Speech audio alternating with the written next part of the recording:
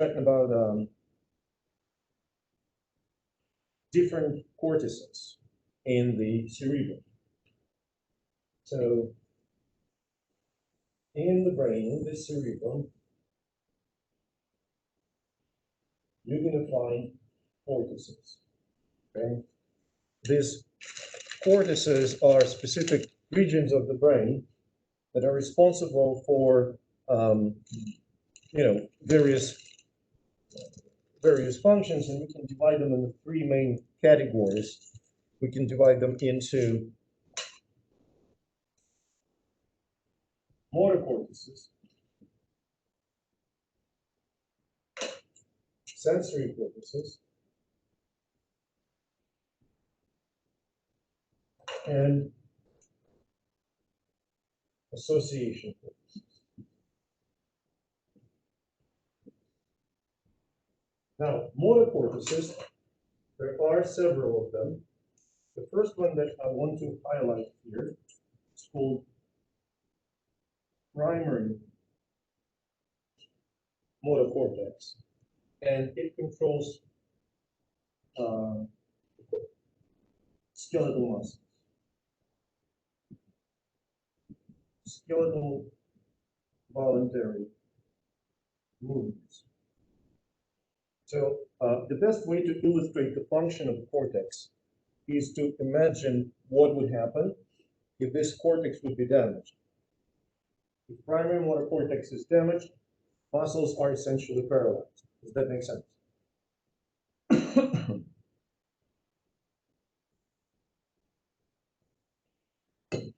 So cortex that kind of exerts control over a primary motor cortex is called premotor cortex. So this cortex plans movements.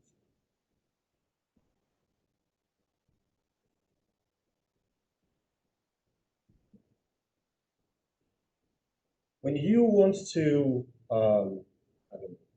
play guitar or play volleyball, any kind of coordinated movements have to be planned. So premotor cortex generates plans those movements, and then sends the signal to primary motor cortex. Does that make sense? So if premotor cortex is damaged, can you move your skeletal muscles? Yes. Can you play piano? No. Even if you could before, does that make sense? You could play piano, you damage your premotor cortex, you cannot play it anymore. You need to learn it again. Does that make sense to you?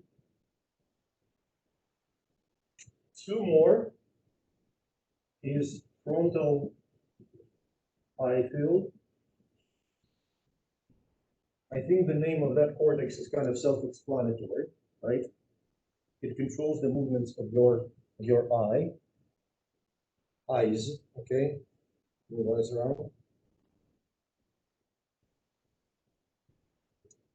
And questions? And Broca's area. Broca's area is a special cortex that controls muscles responsible for speech. Good so far? Okay. Now, it's not your language, just muscles that move your lips and tongue. Now, all motor cortices are located in the frontal lobe.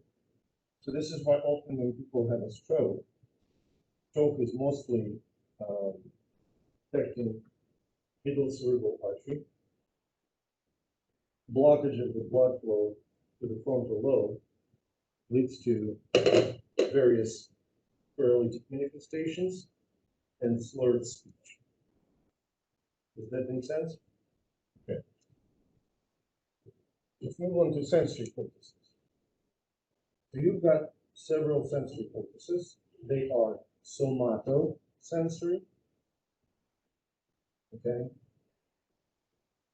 visual sensory, auditory, sensory, olfactory, sensory cortex, gustatory, sensory cortex, and visceral sensory cortex. Now I left kind of a little bit of space for somatosensory, visual sensory, and auditory sensory cortex. And now I'm going to explain what. Somatosensory cortices can be divided into primary and association. So what is the primary somatosensory cortex? The word soma refers to a body, okay? So somatosensory cortex works with the signals that come from our body, places like skin, joints, muscles. So what would it be? Temperature, pain, touch, vibration, muscle stretch, joint movement, joint position. Does that make sense? All of these signals come to the somatosensory cortex. Now, primary somatosensory cortex is responsible for basically locating where the signal is from, okay, how strong it is. But association, somatosensory association cortex, is responsible for recognizing patterns of this mechanical feelings. You know what I'm talking about? For instance, a good example, these are my keys, and last week I was carrying my wife's keys as well, okay, from my wife's car. Okay. So they're different, that's mine, hers is different. So when they are in my pocket, you know, if I touch them, and I can distinguish between my car key and my wife's car key. Does that make sense? Now, if my primary somatosensory cortex would be damaged, I wouldn't be able to process where the signal is coming from or how intense it is. Does that make sense? But what's interesting, when my association cortex would be damaged, I would be able to detect all proper sensations from my fingertips in my palm. But I wouldn't be able to recognize the pattern. I wouldn't be able to identify my car key or my wife's car key without looking at it. Does that make sense? Got it? You know, like if you try to find something in the dark room, like completely pitch black, and you try to touch it, you can identify what it is just by touch. With the damaged somatosensory association cortex, you wouldn't be able to. Now, following the same pattern, visual cortices, you have primary and association. Does that make sense? Visual association and primary cortices are located in the occipital lobe and epiphyseal fluid. Now, what is really cool, again, primary cortex will receive signals like, you know, color, intensity of light, contrast, basic characteristics of the image. And then association cortex will put it in the context, that it's moving, where it is moving, the pattern. Basically, you recognize me because your association, visual association cortex. And finally, auditory. Same story, you have primary and association. So primary auditory cortex will recognize pitch, loudness, location of the sound. And the association cortex will put this in the perspective so you can recognize somebody's voice or a bird by its singing, you know, music, the musical instrument by its sound. Does that make sense? Now you can say that somatosensory cortices, visual cortices, and auditory cortices are in the temporal lobes. Okay. Now, if you look at this, you see that somatic sensations, visual sensations, and auditory sensations are very well developed. We have very high level of processing of those sensory units. Neither olfactory, gustatory, or visceral cortices have this primary and association component. So olfactory refers to smell. Okay? Now, are we good at smell? Not compared to other animals. I mean, we can sense smell, but other animals are way better than us. Does that make sense? Are we good at taste? I mean, we can taste, but many other animals have much better developed sense of taste. And quite frankly, olfactory and gustatory parts of sensation, they heavily work with each other. Does that make sense? If you're curious, by the way, you want to check how your sense of smell affects your sense of taste. When you eat something next time, something that has legitimate taste, not something bland. Try to close your nose and it will not split. For me, one of the most staggering differences is the taste of coffee when you drink it from a proper cup versus when you drink it from the cookie mug. Because when it's a mug, the little opening does not let the aroma to reach my nose. And it tastes completely different. Although it's the same recipe, same coffee that I make every morning. It makes sense? Another interesting thing, about olfactory cortex, when you look at visual cortices or auditory cortices, somatic cortices, they are confined to a particular location. Does that make sense? Olfactory cortex includes many structures that are spread throughout the cerebrum. Are we clear? Good.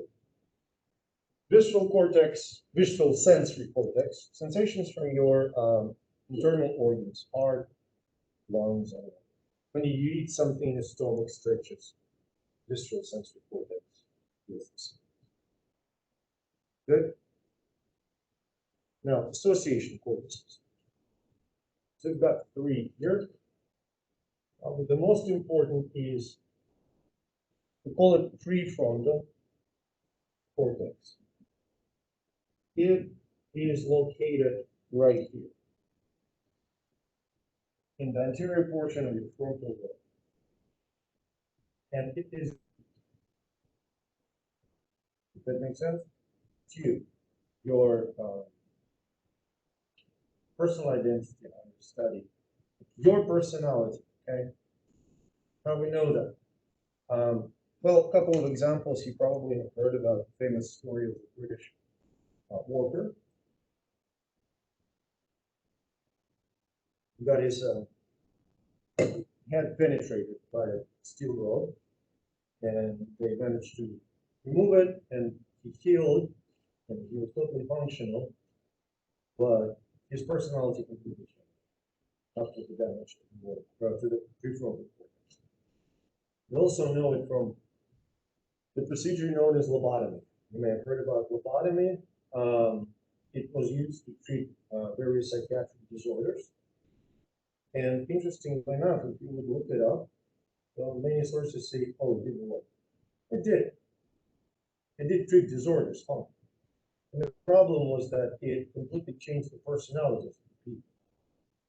Make sense?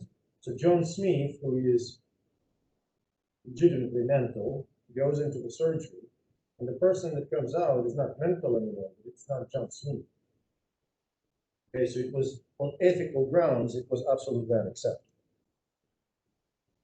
I'm going to mention a couple more structures related to association cortices, sort of.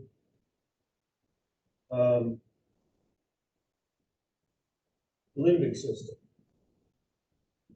or limbic association cortex. Emotions. And actually, in order to, I don't want to come back to this limbic system second time. So how about we're going to discuss it right now? So your emotions, there is a sort of voluntary and involuntary component, right? So what do I mean by involuntary component? I am afraid of heights. I'm terribly afraid of heights, really. So things like Cedar Point, they terrify me, even like if I look at them. Do I have any rational explanation why I'm afraid of heights? Well, I actually do, but like why I'm so much afraid of heights. I know I understand the danger, but I just cannot do it. Okay, so I know that if I will go anywhere that is really high and I will look down, I will feel fear. Okay, now can I, like, if you put me on the ride and you get me all the way up in that little thing, you know, the car on the ride, I will probably shoot myself. That actually shows you the link between the limbic system and the brainstem. You see, that's my physiological response to my emotion. Does that make sense? Now, if you will take me, I don't know, on top of Empire State Building, will I be afraid? Yes. Will I shoot myself? Probably no, because I have some consciousness that will tell me, dude, it's fine. You're good here. It's not that scary. You can live through that. Does that make sense? A lot of limbic system functions are dealing with our conscious control of emotion. Does that make sense? Like you want to punch someone in the face, but you understand that you shouldn't do that. Like your emotions tell you to do that, but you don't do it. That's limbic system. Am I clear? Like you really want to cry, but you understand you're like in a very important meeting and it's not a good idea. Okay, got it? Limbic system also guides physiological responses to emotions, which I've already mentioned. But let's say you meet someone who you like a lot. I mean, a lot. Okay. What's going to happen? Your pupils are going to dilate, your palms are going to get straight, your heart rate is going to go up. Make sense? So that's a physiological response to the emotion. That's limbic system communicating with the part of the brain piece called diencephalon, just hypothalamus. We'll get to that. We're going to mention that as we go on. Does that make sense? What I want to highlight as a part of the limbic system are two structures. It's hippocampus and amygdala. So if you will look in the lecture notes, there's a whole bunch of stuff about the limbic system, but I want you to know about this too. Hippocampus is your memory.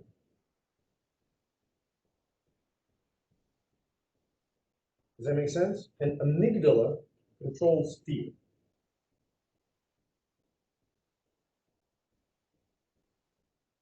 So I want to highlight a few things. First of all, we just mentioned that limbic system deals with emotions. And you can imagine that, you know, when you form strong memories, when you experience strong emotions, that makes sense. Like my first and last ride on the roller coaster. Oh, I remember. It's been like more than 10 years.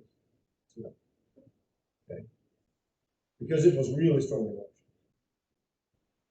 Second thing that is really interesting, hippocampus is a part of the olfactory, considered to be a part of the olfactory cortex.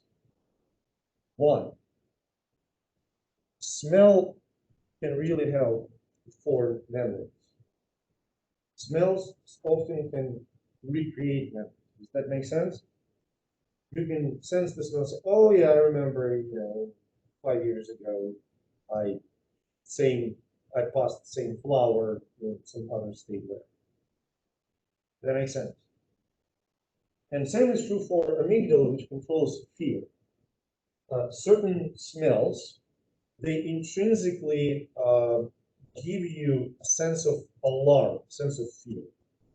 Does that make sense? It's normal, that's survival ability. Now, there was an interesting study, published a couple of years ago, that compared the size of the region between people who affiliate themselves with different political parties in the United States.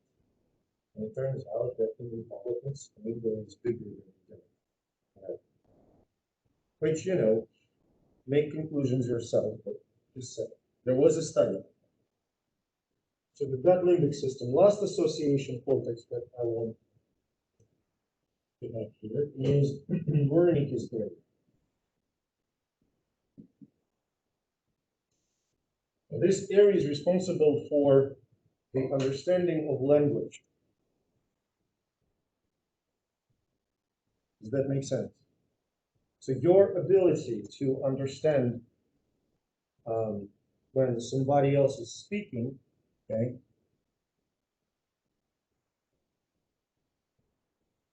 your ability to understand, say, English because of the Wernicke's area. And I wanted to delineate clearly differences between Wernicke's area and Broca's area. If you have problems with Broca's area, you can understand other people, but you cannot speak. If you have a problem with the Wernicke's area, you can speak with everybody else. You will perceive that everybody else is talking some mumbo jumbo, and what comes out of your mouth for other people is mumbo jumbo. Does that make sense? Your language skills are gone. You clear? Few things to mention before we move on. I think it's really important, especially since I have a very young crowd here. So I said that my mask is transparent. You see, like, when I say crowd, it's definitely sarcasm. Anyway, few things. So you can think, okay, what if the person is bilingual, multilingual? Will it affect this person's word? Yeah, it's likely that. In fact, any conscious mental activity increases the number of synaptic connections between the neurons. And the more we know that more synaptic connections means higher processing capacity. Basically, that makes you smarter. Does that make sense? Look, what I'm saying is you can learn another language. You can play complicated sports. Does that make sense? It's been shown multiple times that kids that are involved in sports, they actually smart. Makes sense, right? Because they need to coordinate muscle movements, they need to coordinate your actions with your partners, significantly increases your mental capacity. Okay? People who do music, even if they do it for fun, okay, that's auditory, motor cortices, okay? All of it, any mental activity increases the number of synaptic connections. And yes, the brain development, I'm sorry, looking for a second.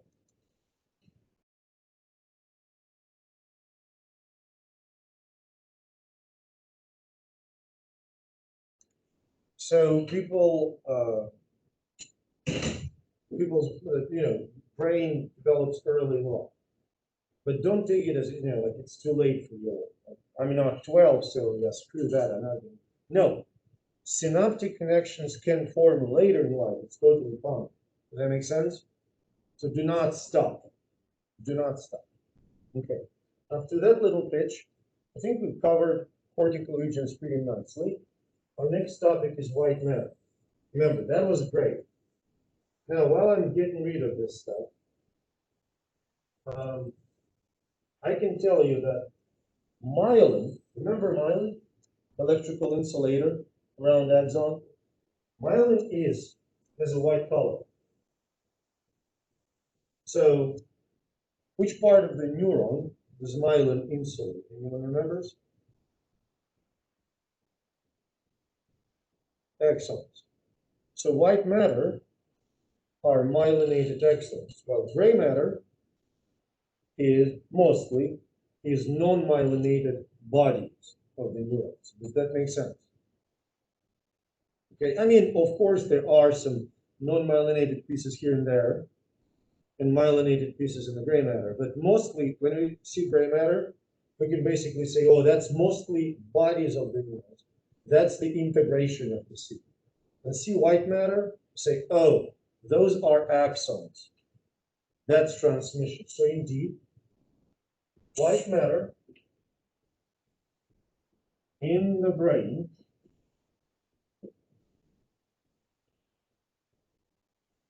can be divided into three categories.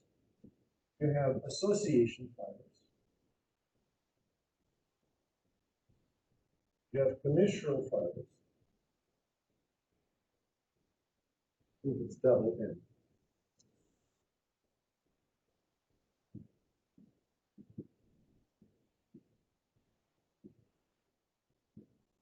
And you have projection fibers.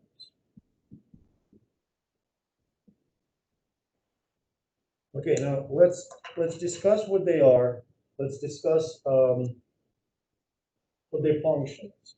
So we're going to start with the association fibers. So imagine a cortex. I cannot see from.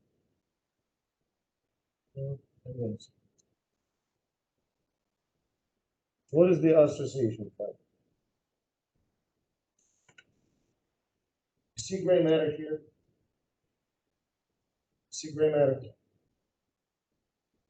So association fibers, they connect adjacent parts of the cortex in the same hemisphere. So they would, let's say, connect here and here. You see what I'm saying? Now, commissural fibers will connect identical cortical parts in the adjacent hemisphere. So look at this. So they would go from right hemisphere to the left hemisphere and connect the same cortical regions, okay? Same cortical regions. The largest commissural fiber that we have is right here. It's called corpus callosum. Okay, see that? Okay. Also known as Callos's body, corpus callosum.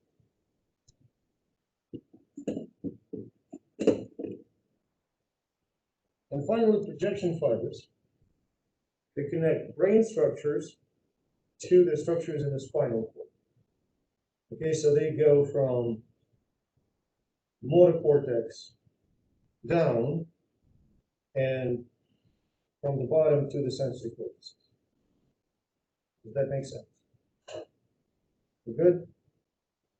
Now, it's important to remember that projection fibers that leave your motor cortex and go down into the spinal cord, they can what we call decussate. So they can cross over. This is why your right hemisphere controls your left side of the body, and left hemisphere controls the right side of the body. Now, do all projection fibers cross over? Do all projection fibers decussate? No.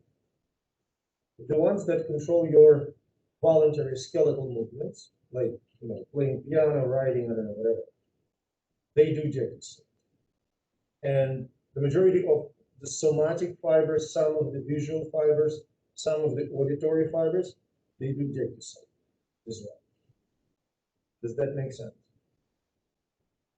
Now,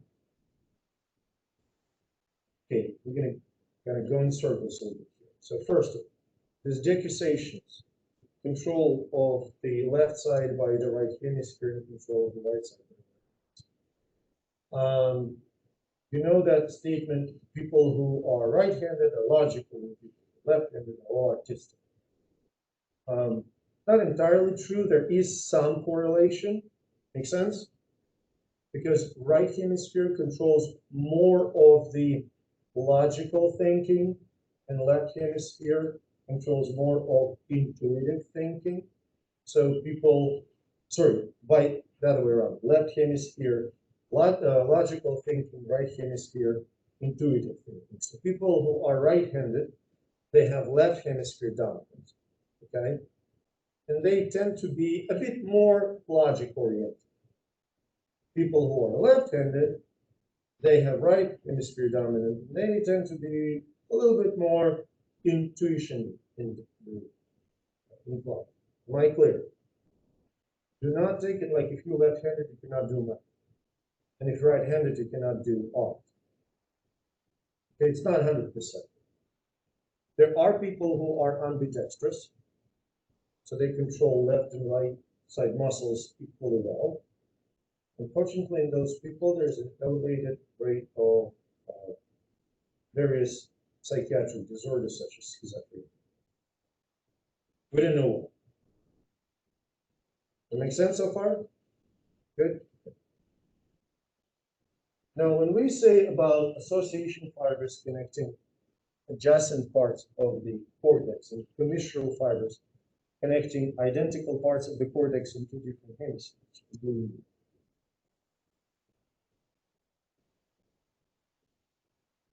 that would be a nice moment to converse about the concept known as somatotopy. Somatotopy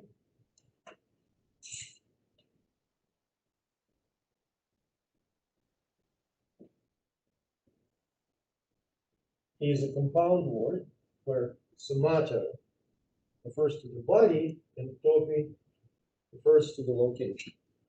There's a motor somatotopy and sensory somatotopy. Let's tackle the motor component first. Okay? So think about your physical abilities. Think about your skeletal muscle capacity. When you are writing, using mostly your fingers and your palms, right? If you play any musical instrument, you know that. So you're using your fingers, your palms, right? There's not much of an involvement of muscles like the thoracic muscles, latissimus dorsi, big muscles, small muscles, but they can do very, very fine movements. Am I clear? How to demonstrate it next time? I mean, try to write without involving muscles, just moving the shoulder. Your writing will be very imprecise. Does that make sense? Or left. So this is an example of a motor somatotopy. The region of cortex that is dedicated to control particular muscles, its size doesn't depend on the size of the muscle. It depends on the finesse of movements that this muscle can produce. Does that make sense? So compare the size of your hand to the size of your femoral region, your hip. Your hip muscles are huge, right? Like they big. But turns out that the part of the cortex that controls your femoral region is smaller than the part of the cortex that controls your fingers. Because fingers produce that extremely fine movement. Do you understand what I'm saying? And it's not about the size, it's about the skill, the finesse. Now, motor somatotopy makes sense? Let's talk about sensory somatotopy. Did you ever do two-point discrimination test? It's a really cool experience. You can do it with someone. So you don't have to do it completely like in numerical fashion. You can do it in the way of like more or less. So if you take two pins, separate pins, and put them on the skin, you will be able to feel both, right?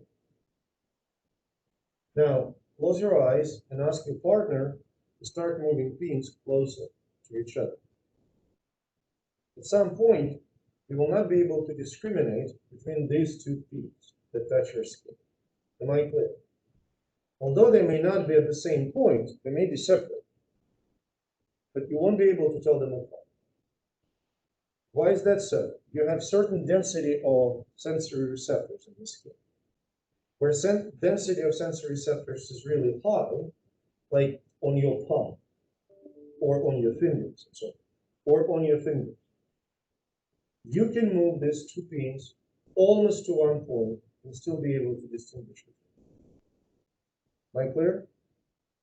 If you will try to do the same on the leg, upper leg,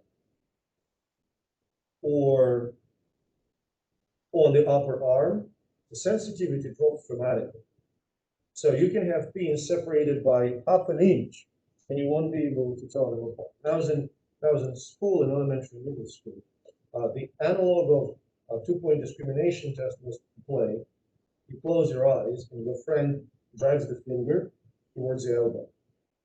And you have to stop your friend when the finger is in the elbow. It's almost impossible. Does that make sense? Because when it reaches here, you think, oh yeah, that's that. We got it. Because you don't see. There's not enough discrimination. We're good? So does that make sense? Now, going back to cortex. Sensory somatotropy refers to this. The more sensory receptors you have in the certain body part, the more sensitive the body part is, the larger the part of sensory cortex that is dedicated to that body part. Am I clear? So for instance, the part of the cortex that receives signals from your fingers will be bigger than the part of the cortex that receives the signals from your entire abdomen. Because your abdomen, quite frankly, is not that sensitive. Is that understood? So when we say association fibers, it means, for instance, they connect cortical region controlling your fingers and cortical region controlling your arm. It makes sense. They kind of are involved in similar activities. Am I clear? Now, commissural fibers, you have, in the right hemisphere, you have a cortical region that controls your left arm. And in the left hemisphere, you have the cortical region that controls your right arm. These regions will be connected to each other to communicate, to establish, like if you need the movement that is concerted between two arms, there you go. Are we clear about white matter? Any questions before we move on?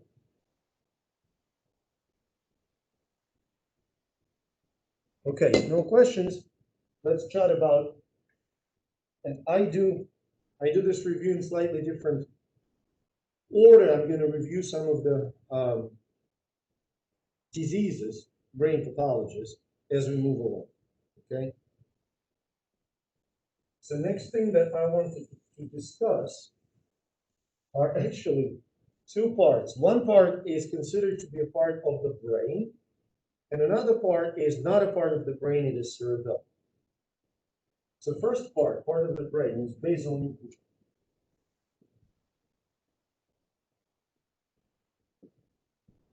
Now, when you see a word nucleus or nuclei in the conversation about central nervous system, nuclei is an accumulation or are accumulations of gray matter. Does that make sense?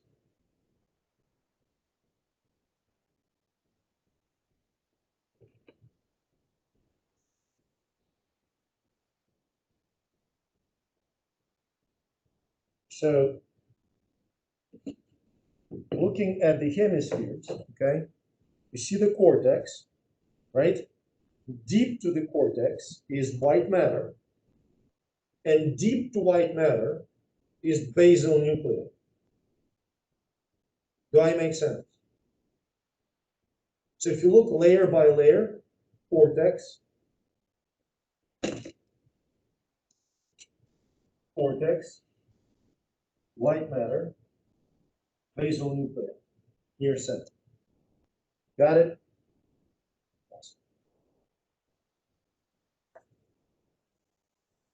So this basal nuclei, they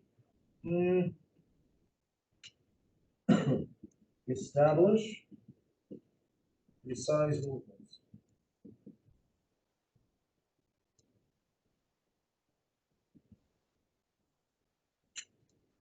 I'm going to draw a little scheme of the various inputs that basal nuclei produce and outputs. So, can anyone remind me which cortex controls your skeletal muscles?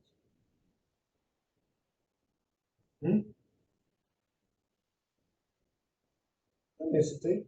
Tell me. Which cortex controls your skeletal muscles? Primary motor. So,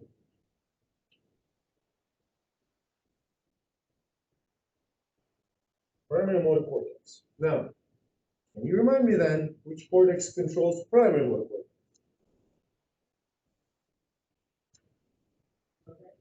Premotor, yes. Premotor cortex. So this primary motor cortex sends the signals to the muscles, while premotor cortex generates specific patterns for each movement. Does that make sense? So, for instance, if I want to make this movement, okay, the pattern for this movement was generated by premotor cortex.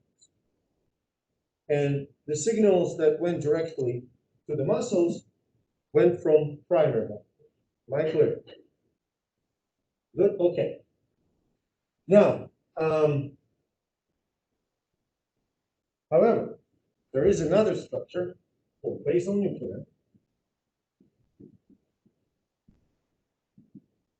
that sends the output to the premotor cortex. Basically, it tells premotor cortex how to execute something. We'll get back to it in a minute. So basal nuclei represent the highest level of motor processing. Does that make sense? Got it? So what kind of, and I'm going to give you some analogy, which I think is pretty good. So what kinds of inputs do we need? Do basal nuclei need to generate those exact instructions? Before doing something, let's say I'm going to put LaPortia on the spot. Don't worry, you don't need to do anything. Okay, let's say I want to throw my mug to her. Okay, so she would catch it. In order to execute this movement, what my CNS structures need to know? Well, they need to know the environment, so visual inputs, right? I need to see. Does that make sense? So it has to receive visual inputs. Do I need to, okay, my throwing pattern, will it be different, do you think, if I am throwing like this, or I'm standing on one leg like this? Will I be throwing different? Probably so, right?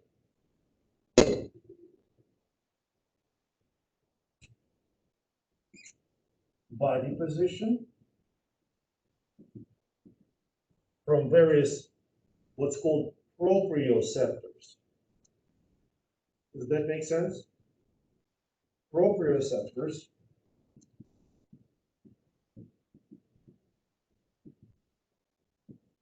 and balance from vestibular apparatus.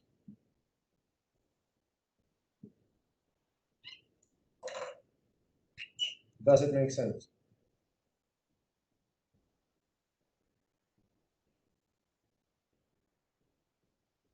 So far, we good? Will my throwing pattern be different if I'm standing or if I'm running? Will it be different? Most likely. Also, it's not just throw a bottle to the portion. It's this way or backwards, right? So, interestingly enough, basal nuclei have to get information from premotor cortex about what the hell are we doing anyway. Does that make sense? So based on all those inputs, here, basal nuclei formulate special a response that goes to premotor cortex. Does that make sense? Now, anyone works or worked in retail? Like a department? Okay, it doesn't. Here's the thing. In local store, you have a manager, right? Who tells everybody what to do.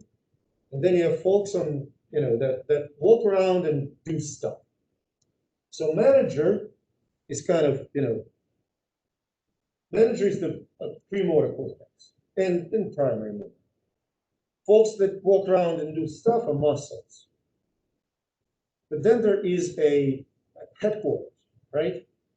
And if they receive, hopefully, all the information from managers, from like the market and shit, and they think hard, and then they generate something that goes to the manager, and they tell, we're going to open a tire facility or a car shop or whatever. Make sense? Now, this headquarters, the basal nuclei, are they involved in controlling faults on the floor? Directly? No. So the basal nuclei, they have no access to your muscles. They have no access to motor pathways. Does that make sense? They work through the intermediary, through your motor cortices. Okay? Now, what do basal nuclei do? At the baseline, they inhibit your muscle activity. And when you are about to move, basal nuclei will remove that inhibition. Does that make sense? They will they will allow some signals to some muscles to proceed. Are we clear? And we're going to get to the sort of pathology. Now, I can fairly easily replace basal nuclei with cerebellum, and general concept would be the same. So cerebellum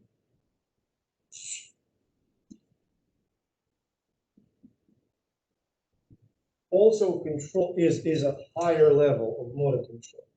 So basal nuclei and cerebellum both represent the highest level of motor control in human body, in the CNS.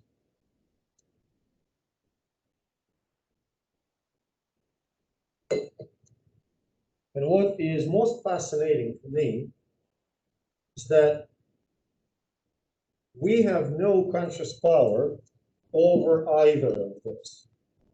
Does that make sense? You not only don't control your basal nuclei, you don't even know that they work. Does it make sense? Okay. So what's going to happen if you will damage the cerebellum? The cerebellum is responsible for a couple of things. It's coordination of movements and the posture. Now, here's a couple of examples. Well, I'm going to ask you this. Let's say I ask you Paul. Can you fall off the chair? I'm not asking you to do that. Yes, hypothetically you can, but you don't. Why? If you put a 2-month toddler on a chair, what's going to happen to that toddler? It's not even a toddler. It's a kid, huh? They're probably going to fall, right? So if you compare the average adult with like 4 or 5 month old baby, we can walk around, we can sit, we can stand, because we maintain posture, maintain balance. Make sense? By the way, that's the skeletal muscle activity that's mediated by cerebellum. Again, cerebellum has no access to muscles, but it sends the signals through the motor cortex to engage muscles that are responsible for our posture. Does that make sense? Now, in babies, cerebellum is underdeveloped, and the connections between the cerebellum and the motor cortices are underdeveloped. They simply cannot maintain balance. They are very clumsy, and that's what's going to happen if you damage your cerebellum. You're going to become clumsy and uncoordinated. Does that make sense? Let's take a look at what's going on. When something is wrong with your basal nuclei, and this is really fascinating story. There are 2 diseases associated with the dysfunction of basal nuclei. In one disease, basal nuclei become very active, and remember, they inhibit muscles. In another disease, they become kind of inactive. Let's talk about the first one, which is Parkinson.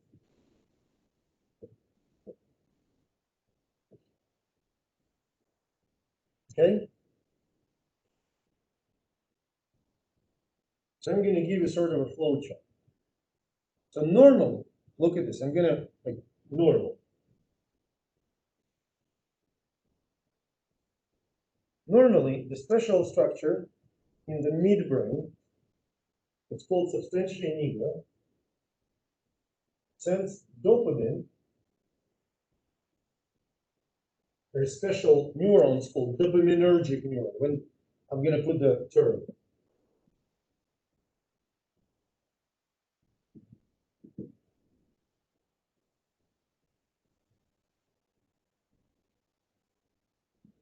Okay, so dopaminergic neurons, they release neurotransmitter dopamine.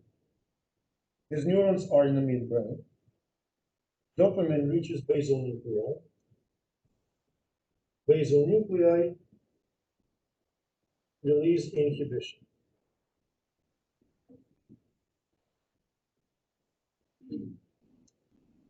That's normal function.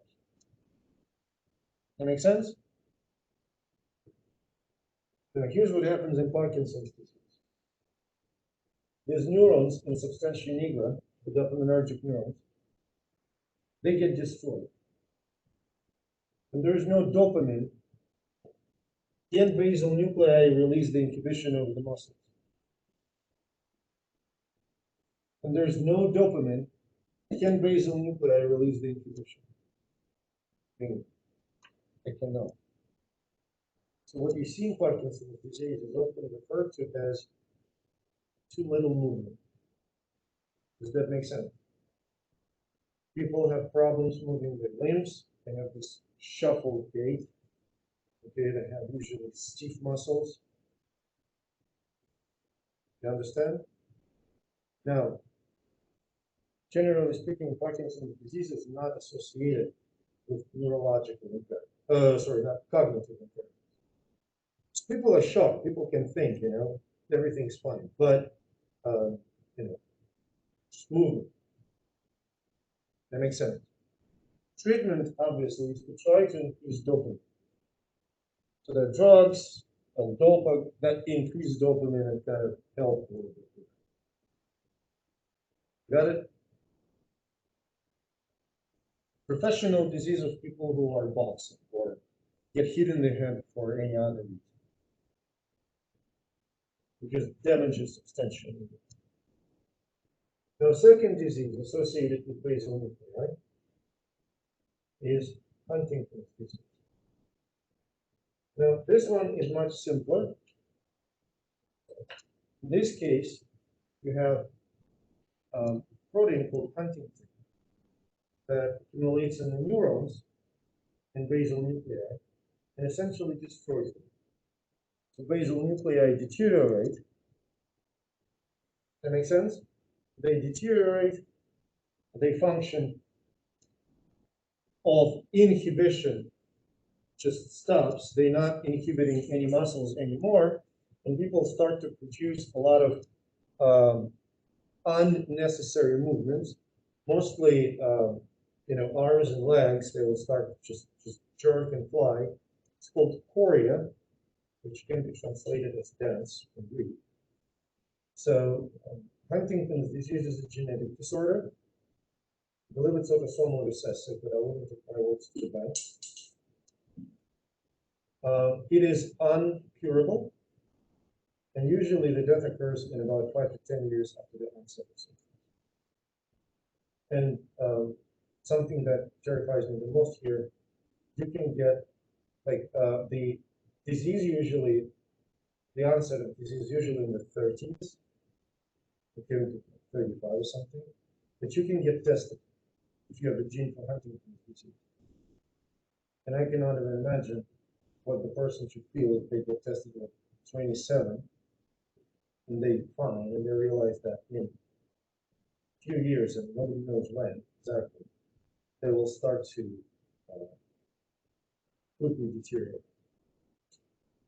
Then I cannot imagine the mental time. Does that make sense?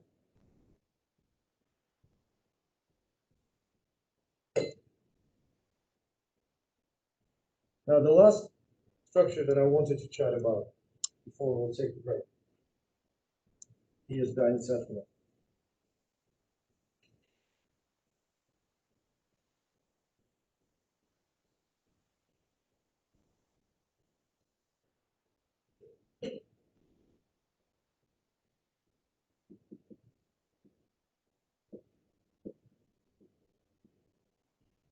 Diencephalon is located deep within the cerebrum. You see my finger here, my index finger? It basically covers almost the entire diencephalon part. Okay? Now, diencephalon consists of 3 parts. Hypothalamus,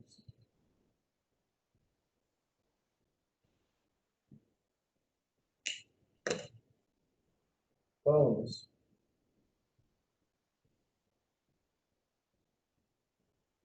and hypothalamus.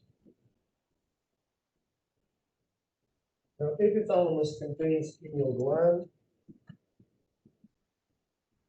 which controls your sleep-wake cycles to some extent. You may have heard the term melatonin. Sounds familiar? Melatonin. It's produced by pineal gland, but the interesting part is that it is mostly produced in kids. In adults, this gland is not really active. Okay. Now, thalamus. I can give you one word what it does. It's a relay. Okay. It's a relay for signals. For instance, remember we mentioned we just talked about cerebellum and basal nuclei. Okay. So here's the thing. Imagine that you're in the street and you see a dog running at you. Okay? So your eyes see that, and your visual cord, and the signal from your eyes, it doesn't go to visual cortex directly. It goes to your thalamus and then goes to visual cortex, and it goes to your cerebellum, and it goes to your basal nuclei. Because they have to plan the movements that you're going to be taking because of the dog running at you. Does that make sense? And then when your visual cortices produce some kind of response, thalamus will relate to frontal cortex. You're going to decide, is it a friendly dog or is it some super killer, And then thalamus will relay signals from frontal cortex to motor cortex about what are we going to do? We're going to give a treat, or we're going to run away, whatever. That makes sense? So thalamus is a relay station. It also filters out a lot of like repetitive signals, unnecessary stuff that not needed. And finally, hypothalamus. I'm going to put just one statement, visceral controls.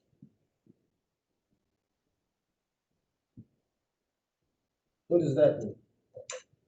Visceral refers to your internal organs. Understood? So more broadly, it's virtually anything that is autonomic. You can't control when you're hungry or when you're full, right? Like that's hypothalamus. When you're thirsty, when you want to vomit, or you cannot control when you grow, or how your temperature, your body temperature is regulated. You cannot make yourself hotter or colder voluntarily. Does that make sense? So all those visceral controls are all function of hypothalamus. It does work through other structures. For instance, a lot of hypothalamic controls are exerted over medulla oblongata structure in the brainstem. Does that make sense? The hypothalamus is your chief visceral controller. It also controls your endocrine system, your organs. Does that make sense? Now, if you would look at what we discussed so far, the only part that actually is sort of conscious is cortical part. Basal nuclei, I mean, we know that they're there, but we have no control. And we really have no appreciation because we cannot turn it off. Cerebellum, same story. We move around nicely, we stand on our feet and we don't fall over and stuff like that, but we don't really appreciate that role. You look at diencephalon, are you aware of the relay function? I'm not. Are you aware of all those visceral controls? Manifestations, of course, body temperature. Okay? Other than that, I'm not. Is it clear? So we're gonna take a break, and when we come back, so let's chat about brainstem, and we're gonna talk about some aspects of consciousness, which is somewhat related.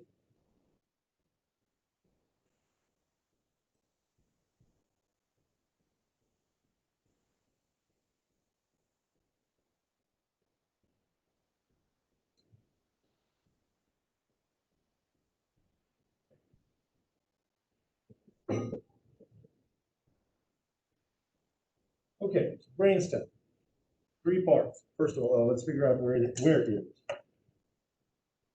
You see this thing here? See this thing here? That's the brainstem. You have midbrain, pons, that little bulging part, and medulla oblongata. Okay. Now, take a look at what these things do. So yeah, midbrain, pons, medulla oblongata. Midbrain, pain suppression,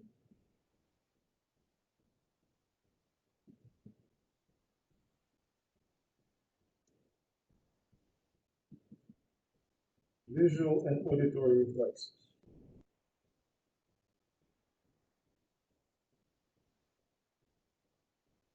So let me clarify what visual and auditory reflexes mean. Visual reflexes when you follow the moving object with your eyes. That makes sense? Imagine watching a game, especially a game like tennis or basketball.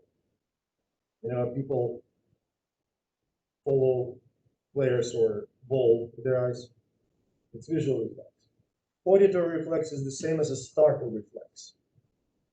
A loud sound and you turn to a loud sound. Does that make sense to you? Good. Pause. The respiratory controls.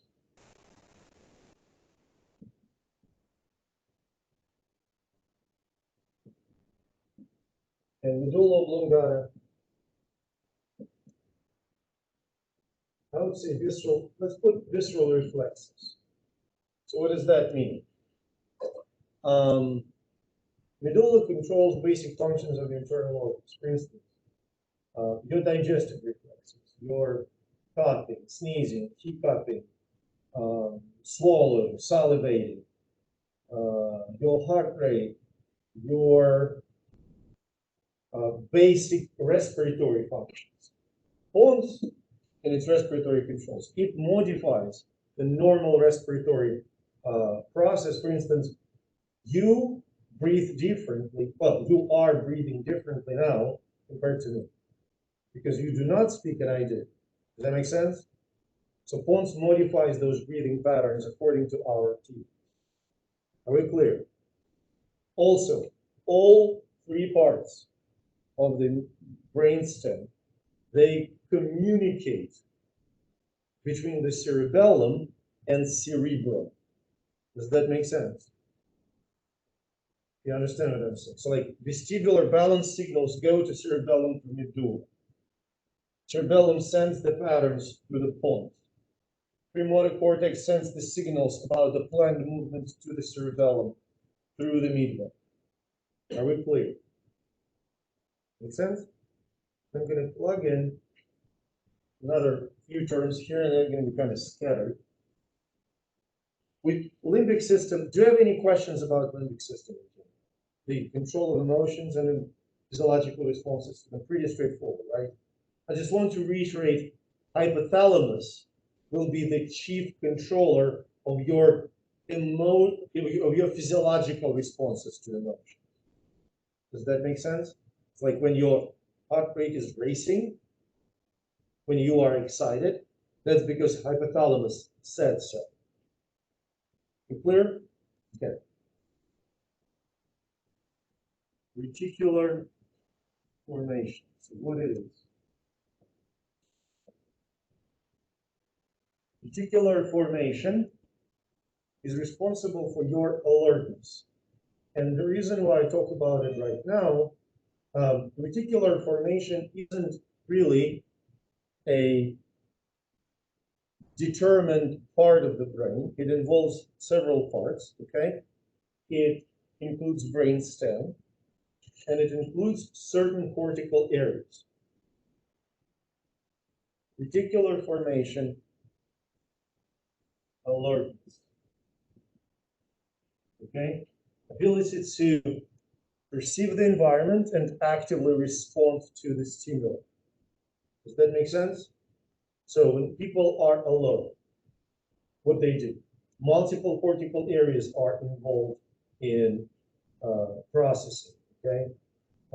Both motor and sensory areas are activated. So we can perceive the environment and we can produce the responses. Does that make sense? Damage to the structures found in reticular formation, to a large extent in the brainstem, leads to irreversible fall. So there are three stages of alertness. Well, being alert, alertness, then it goes lethargy, stupor, and coma.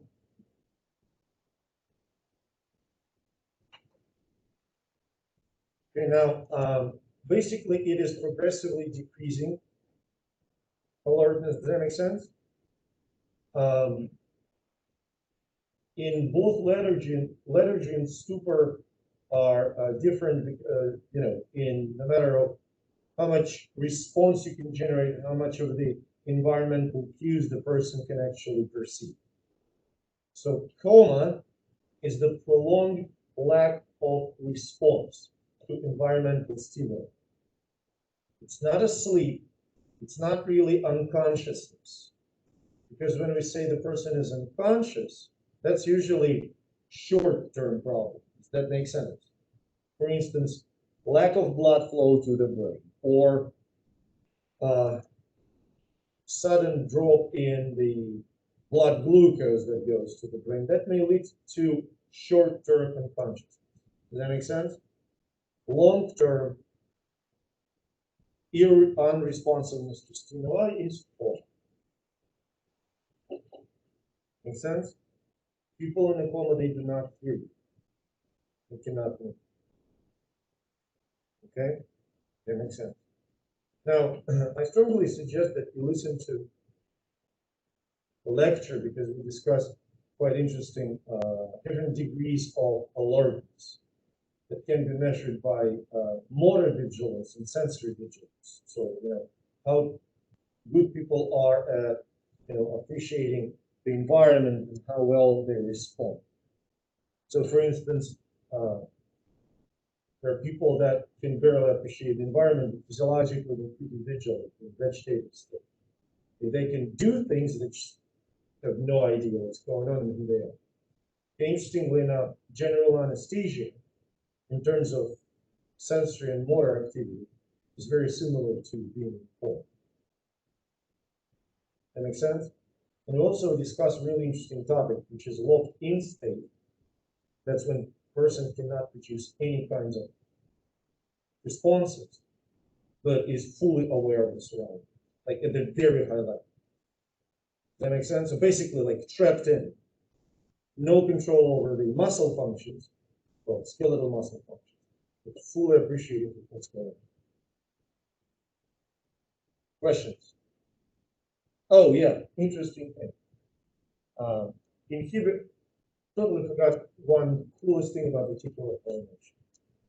Reticular formation filters out unnecessary stimuli. You may think, like, what is that?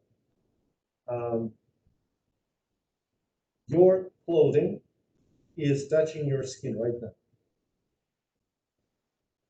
You don't really notice it. Does that make sense? My favorite example is actually one of my former colleagues in Russia. She moved into an apartment close to the airport. For 2 months, she couldn't sleep because of the plane. Make sense?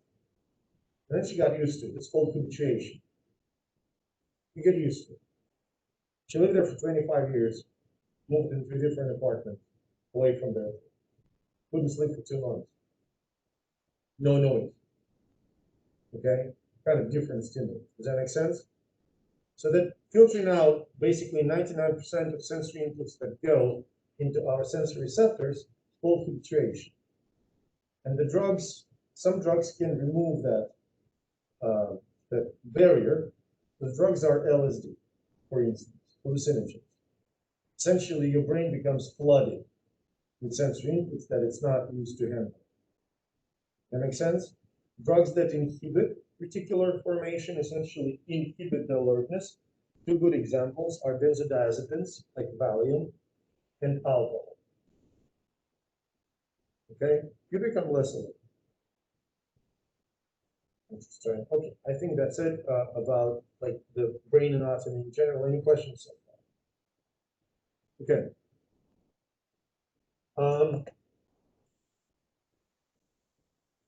Few things to know, and I'm gonna just sort of dash format. Electroencephalography. We discuss it in the lecture in a lot of details. Basically, we measure an electrical activity in the cortex. Okay, the electrodes are placed on your skull, and the electrical activity is measured. Does that make sense? Now, what it looks like waves, brain waves. So there are 4 types of brain waves: beta, alpha, delta, and theta. Okay, and they go basically from the most frequent and highest amplitude to lower amplitude, less frequency. Now, what does that mean, brain waves? If you think that you can put electrodes on somebody's skull, read the brain waves, and understand what those people think. No, it's not. Doesn't work this way. But for various activities, brain waves are different. Does that make sense? So people who are asleep have certain patterns of brain waves. It's going to be delta or theta. People who are supervigilant, beta. People who are in trance, I believe it's delta. Pattern of brain waves during seizure is different. Pattern of brain waves during the epileptic bout is different. Make sense? So you can use this as a tool to either diagnose conditions. For instance, some people have seizures without obvious physical manifestations. You can detect this seizure. There are described situations when basically it's a very sophisticated sleepwalking. When people look like they're fully functional, but their brain is sleeping. Does that make sense? You can detect things like that. So labs that study sleep, okay, I'm blank somnography, somnology. They can detect different sleep abnormalities by measuring brain waves when you are sleeping to see, when your brain is activated. Okay, brain waves are detected even in coma, and when there are no brain waves, person's dead. I mean, brain dead. You can maintain physiological functions, but that's it. For brain, that's it. There's no coming back. Okay. There was one story like, oh, miracle, this boy with no brain waves and then came back. I don't buy it because there's always something can go wrong with like measuring stuff. So yeah, maybe they didn't detect brain waves and then they detected, well, they probably screwed up their stuff. That makes sense? Like I'm materialistic in this case. No. Brain dead is brain dead. That's it. The good? This brings us to actually the concept of sleep. So sleep is technically partial unconsciousness. Why it's partial? Physiological functions are there, and you are somewhat responsive to environment. If you waking up. Make sense? 4 stages of sleep.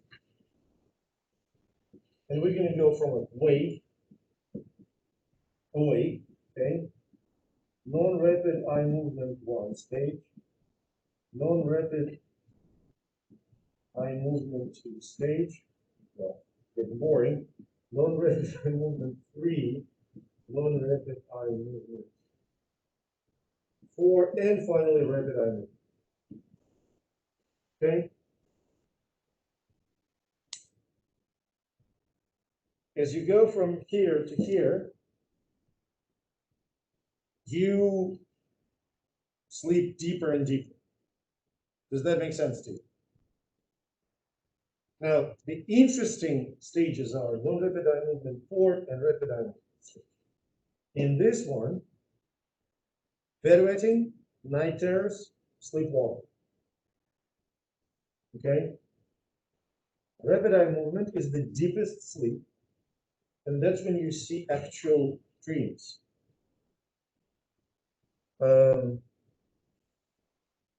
Somewhat of a personal question.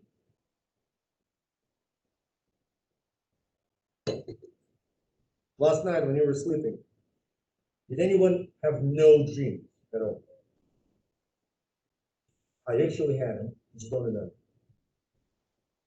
So we dream every night, we just don't remember. Okay? They're always dreams. And interesting thing about rapid eye movement stage, your skeletal muscles are inhibited during that stage. That makes perfect sense because fighting someone in your sleep, in your dreams. You don't want to injure yourself or anyone who sleeps beside you. Does that make sense? And from this comes one of the interesting sleep-associated pathologies. You know, sleep paralysis. Have you heard about it? When you either go to sleep but more frequently wake up, and you wake up but you cannot move. Unlikely it never happened to me, but I've heard from many people that it happened to me. Essentially, it's a little bit of asynchronization between you being sensory conscious and your skeletal muscles, you know, under your control again. That makes sense? It's normal, it's not a sign of pathology, this just happens. Okay? I have a table of sleep pathologists in the lecture notes. You're supposed to know them. Most of them are absolutely self-explanatory, like restless leg syndrome or exploding head syndrome. That's one of my favorites because it's basically it's auditory hallucination. You hear a banging sound, but there's no sound. Okay. The only one that I think may requires more than some explanation, narcolepsy. It's the disorder when you fall asleep suddenly, basically without any like extended stage, you just move to rapid eye movement right away. And that is dangerous because there were cases of people dying at the wheel, for instance, people who are narcoleptic. That makes sense?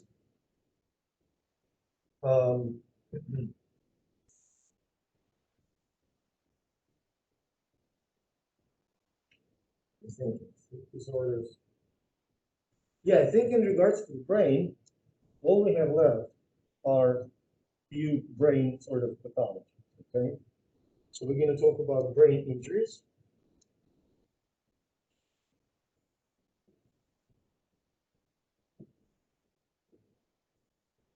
First, and it's going to be concussion. It's a case of what is broadly known as traumatic brain injury, TBI. Does that make sense? So what happens when somebody has a concussion? When your head is moving, okay, then it suddenly stops, but your brain doesn't stop. Make sense? So say in the easiest example is football, okay? Somebody tackles another person, especially if it's not a shoulder tackle, involves helmet for some reason, okay? So helmet stops, cranium stops, brain doesn't stop, keeps moving. The layer of CSF is not sufficient to buffer that stoppage. You know, with the deceleration during this movement often. So you know what G is, threefold deceleration, acceleration, 30G. Give an idea, people who go into space, we're talking about maybe 8.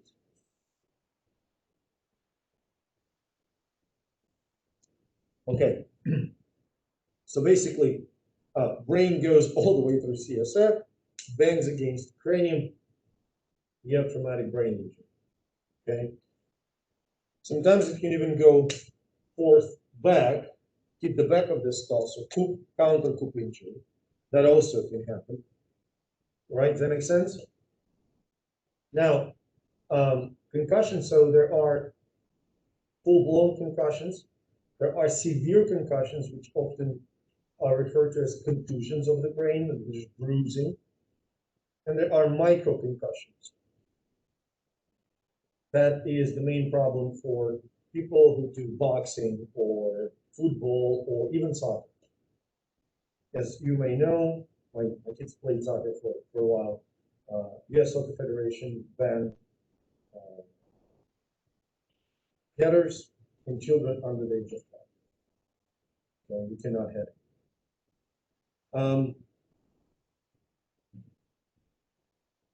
So what is the problem? When there's a damage, there's an inflammation. When there's inflammation, there's a swelling. Does that make sense? There's swelling, there's increased pressure. Increased pressure affects the function of the brain, so that's the problem. You good? Make sense? Okay, so concussions are not to be taken lightly. Yes, there are whole procedures and whatever. Yeah. And then there's a stroke, also known as cerebrovascular accident, CVA. Okay, so stroke can be ischemic and hemorrhagic. Ischemic stroke, let's talk about this one. That's the most common, 70% of strokes. You have a blood vessel that supplies a certain part of the brain, okay? This blood vessel is blocked by a thrombus, no blood flow, brain cells cannot survive without oxygen for long, they start to die, you get a stroke-mediated damage. Does that make sense? So if, well, now it's probably going to be sixth cause of death in the United States. First is cardiovascular disease, second cancer, now third is coronavirus, fourth other respiratory diseases.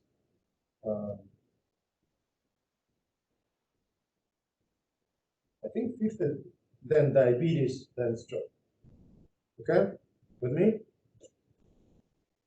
Now, Camorrangic stroke, we have a blood vessel, it ruptures, blood flows out into the tissue. That makes sense here. Blood in the tissue, not a good thing. Inflammation, increased pressure. Hemorrhagic, so which people are at risk?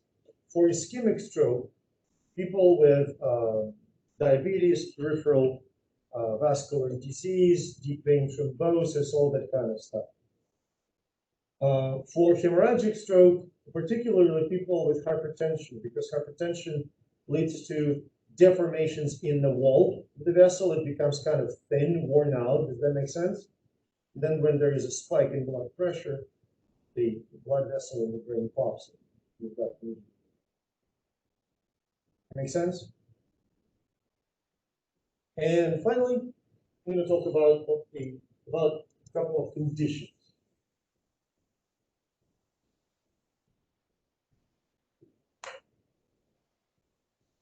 So first is Alzheimer's. It is characterized by the formation in the brain of two particular lesions, so-called beta amyloid plaques and tau protein fibers. So beta amyloid plaques and tau protein fibers, these form mostly in the neuronal bodies. These are formed mostly in the axons. They mess up the structure and the function of neurons. Does that make sense? Okay. I have really good news for you, everybody. We're all going to get Alzheimer's. Well, the only question is what's going to happen first, Alzheimer's or death? No, seriously. Alzheimer's is the disease of age. It's going to happen, okay? But the onset is different. It can start at 70, it can start at 90, it can start at 120, okay? If you make it there. That makes sense. And I'll get back to some potential other reasons for Alzheimer's. So there's really not many options to treat it, okay? And it manifests as, dementia, obviously. But there are multiple ways to delay. I'm not saying prevent it, but delay. So there is a known pharmacological way to reduce the risk for Alzheimer's disease by about 20–30%.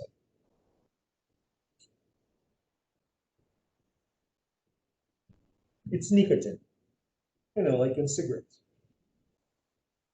Make sense? Nicotine stimulates receptors, acetylcholine receptors in the central nervous system. And epidemiological studies suggest that the amount of nicotine that can be found in 3 cigarettes, just 3, is sufficient to reduce the risk of Alzheimer's. 3 cigarettes a day. Now, look, first of all, you don't have to smoke patch or any other chewing gum will work just fine. But quite frankly, well, first of all, I'm not sure that it's worth it, consuming nicotine to prevent Alzheimer's, because there are some non-pharmacological ways. It's been shown multiple times that engaging your brain in some kind of mental activity on a regular basis delays the onset of Alzheimer's. Does that make sense?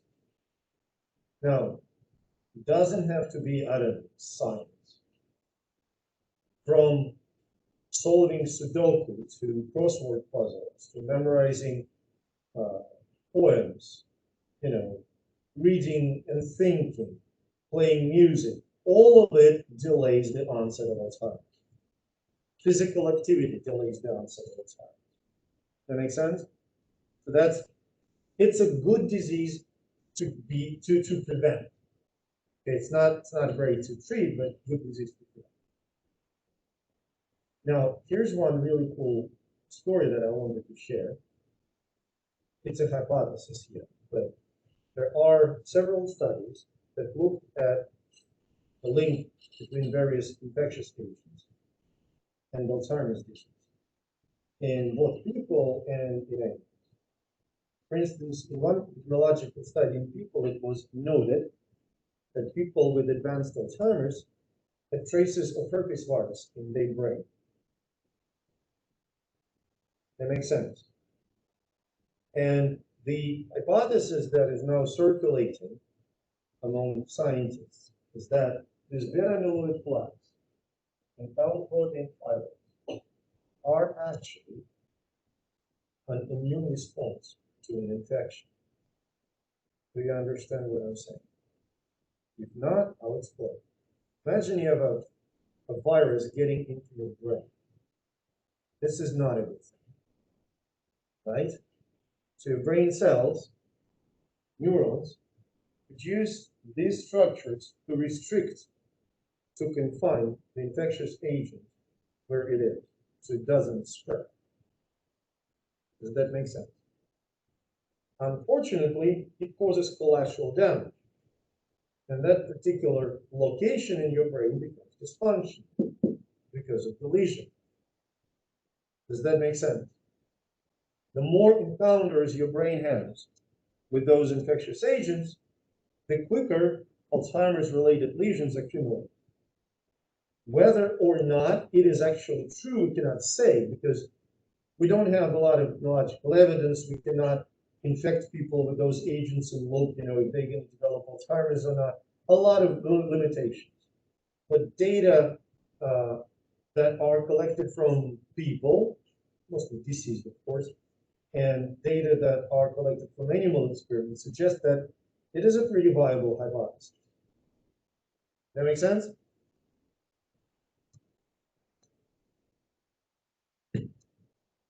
Just FYI, by the way, one of those studies looked at the role of bacterium called Porphyromonas gingivalis, oral bacteria, and found that elevated levels of Porphyromonas in the mouth correspond with Alzheimer's. So basically, brush your teeth. Okay?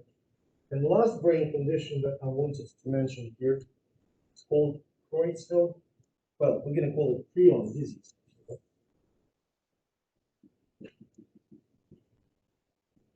Creutzfeldt-Jakob disease, oral, etc. So what it is, imagine that you have two distinct forms of the same protein. You have normal protein, which is blue, okay, and abnormal protein, which is red. It turns out, and that's the same protein, like a healthy person and a zombie. You with me? When they interact, you've got two abnormal proteins. Essentially, it's a chain reaction. Does that make sense? So what exactly is prion disease? Okay. Prion disease is also known as spongiform encephalopathy. Encephalopathy, brain disease, spongiform, your brain looks like a sponge. So where can you get, like seriously, you open it up and it looks like a sponge, a lot of damage, a lot of structural damage, okay? So how can you get it? Few options. Option number one, you can eat a mad cow. Have you heard about mad cow disease? I know that like I'm old enough, it was like 90s in Britain. You may have heard of it. Okay, mad cow disease. You can eat not just meat, but meat with some nervous stuff, okay? You should eat some nervous tissue, okay? So you eat this, they are incredibly hard to destroy. You eat this, and 5 to 10 years later, you develop symptoms of cortical giant disease, which basically a pretty quick over a span of 6 month deterioration of all bodily functions. Your brain goes like, you get paralysis, paresthesias, dementia, all kinds of crap, okay? Uncurable, absolutely uncurable, untreatable, right? Second option, if you're in the United States, kill a deer in Wisconsin or Minnesota, deer that has so-called deer wasting disease, and eat that deer's brain or spinal cord. That's a pretty good way to get down with CGD. Third option, which you don't have control over, it's called variable variant CGD, genetic. You're just unlucky. Kuru is the first prion disease that was discovered, and that's the fourth option. To eat a brain of somebody else who died from Kuru, and you love him. But that's a pretty neat story. I love the story. Love this the genuine traditions. So folks in Papua New Guinea, the local folk, local tribes, they had a lovely tradition. When elderly people died, the younger folks ate their brains. It was a respect, you know, because like if you eat the brain, you get all the knowledge. That would be lovely, right? Seriously, like we have like Professor Emeritus. When Professor Emeritus dies, you get the brain, chop it in pieces. Everybody gets the piece, you know. You don't know. Anyway, they were eating the brains of people who died of that disease, and they were getting this disease, and they died, and the youngsters ate their brains. Make sense? And it was just perpetuated, and folks that finally figured out what's the problem, they managed to convince those tribes, you should stop. They stopped that and tribes for that. Again, no cure, no treatment. Diagnosis got in market like a few years ago. I don't know what's good about it. Because previously, you know, there was no diagnostic tool, only post-mortem. So you die, they open up the cranium, look at your brain and say, yep, that dude died of CJD. Very helpful. Now they can take a sample of your cerebrospinal fluid and say, well, congratulations. You have CJD at 6 months old. Okay? We cannot do it. Pretty sad. Does that make sense? Okay. That concludes our story about the brain. And we're going to chat a little bit because you can imagine, I try to finish my classes since I teach 2 sections, Tuesdays and Thursdays. I try to finish them at the same point. Okay. So what we're going to be talking a little bit today about is, spinal cord. Okay. So, okay, let me start with the function.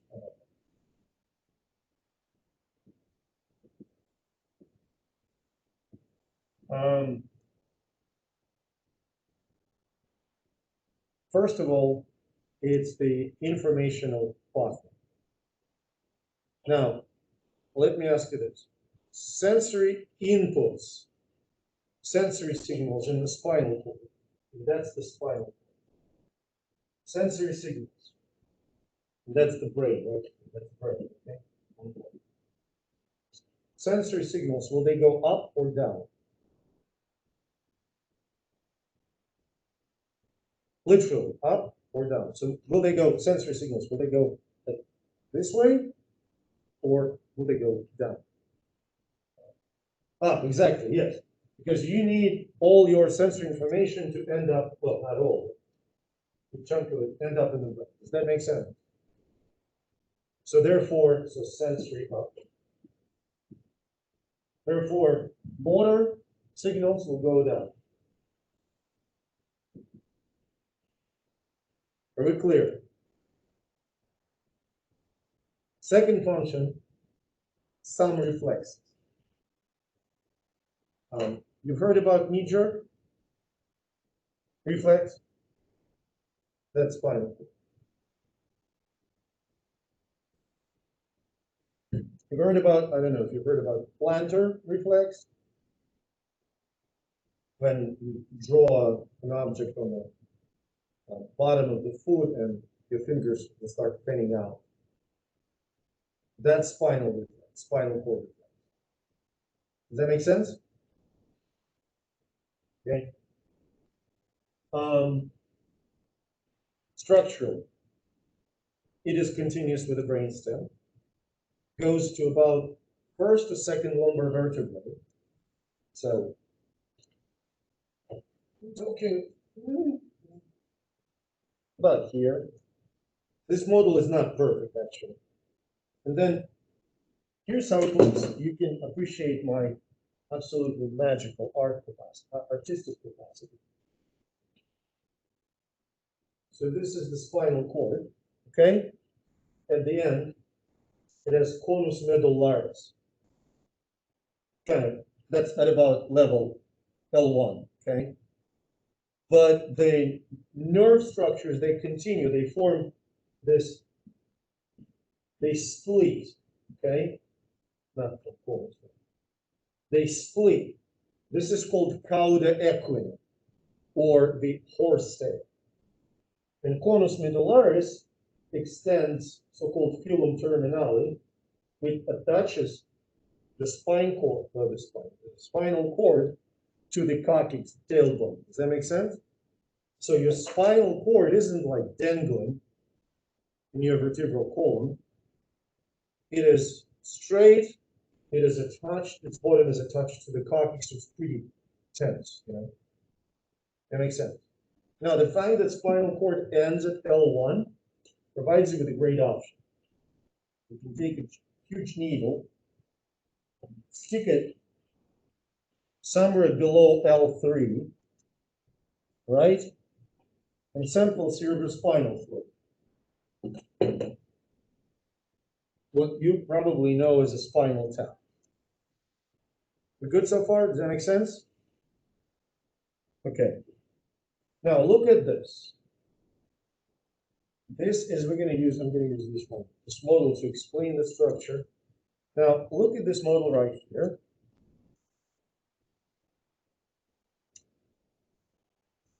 And we're going to discuss some of them. So that's obviously that's a cervical vertebrae. Okay. This is your spinal cord. Now, spinal cord is surrounded by meninges. The first one is right here. See that? The gray one? If you want the number, it is 9. Okay? That makes sense? I think it's 9. Yes, it is 9. You're following me. Nicole, if you have one behind you for sure, Jake, you can grab one over there if you want to. Okay. The advantage of a small class size is that you can do this. So this one is dura mater. Do you see this yellow stuff on top? Do you see the yellow stuff? I don't know if it's not numbered, I think. So this is epidural space filled with fat. Does epidural sound familiar? Epidural injections that are done during, for instance, amputations of the legs or labor. Okay, dural anesthesia. The arachnoid matter is immediately attached to the dura mater. So you can basically see that number 9, and under it almost immediately, I think it's number like 16 on it or something. I don't know if it's labeled, and it should be labeled. This, like, can't even show. Like this layer, you see what my pencil touches? That's arachnoid matter. I broke it.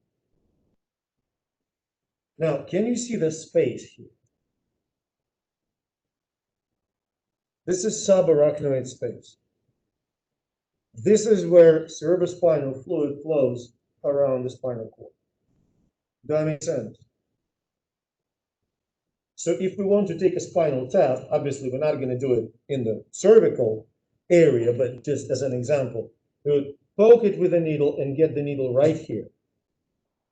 So we can suck some CSF out. Does that make sense? Then you have a gray pia matter right here. It links to the matter of the spinal cord. And then in the center, if you look at, I think it's like number 35, very little dot in the center. This is called central canal. So cerebrospinal fluid flows through the central canal as well. Okay? Now, if you would look at the spinal cord itself, you may note that there's white matter and gray matter. Unlike in the brain, look at this. In the brain, gray matter is on the outside, and white matter is inside. Here, white matter is on the outside, gray matter inside. So white matter, as we mentioned before, myelinated axons.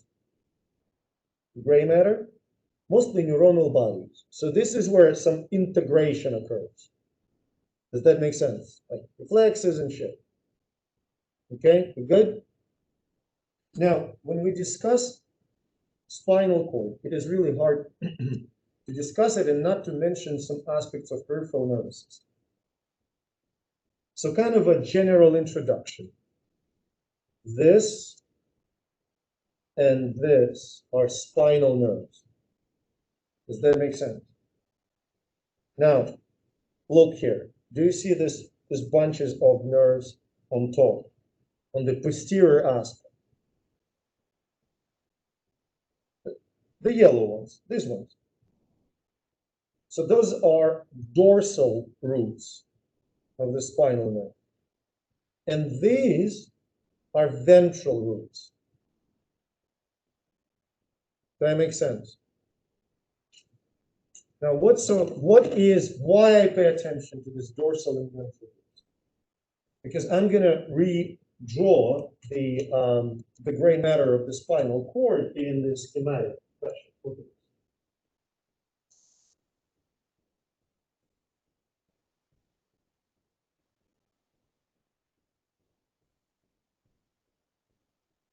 Okay, that's dorsal, that's ventral. That make sense? So do you see this structure here? Now, first of all, your spinal cord is symmetrical. Am I clear? This side, the right side, and the left side, they have the same structures. This part here, it's number 34 in the model, called gray commissure, right here, gray commissure. Provides the communication between the right and the left side. You good? Now, what is the function of these three? We call them horns. So that's the dorsal horn, that's the ventral horn, and that's the lateral horn. So what is the function? Dorsal horn. Sensory information goes into it. Does that make sense? So dorsal roots of the spinal nerve, see those dorsal roots? They convey sensory information to the spinal cord. Am I clear? Now, ventral roots responsible for somatic motor. Does anyone remember what somatic means? What kind of effectors for this motor controls? So obviously, the nerve fibers that leave from ventral horns, they go to the periphery. What do they control exactly? When we talk somatic, we mean